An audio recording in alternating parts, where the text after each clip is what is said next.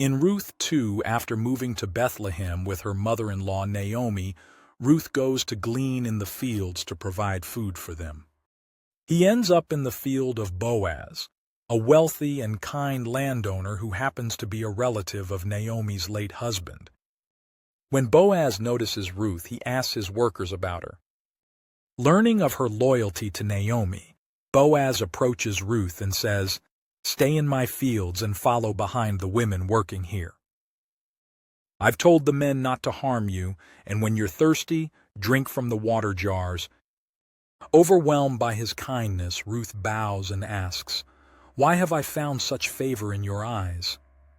Boaz responds, "I've heard about all you've done for Naomi, leaving your family and homeland to care for her. May the Lord reward you richly under whose wings you have come to take refuge."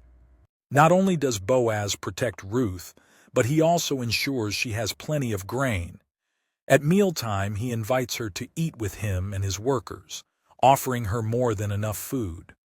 Ruth returns to Naomi with an abundance, and Naomi praises God, recognizing his providence in leading Ruth to Boaz's field.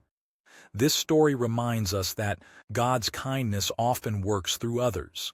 Just as Boaz showed grace to Ruth, we are called to extend compassion and generosity, trusting God to provide for us as we bless others.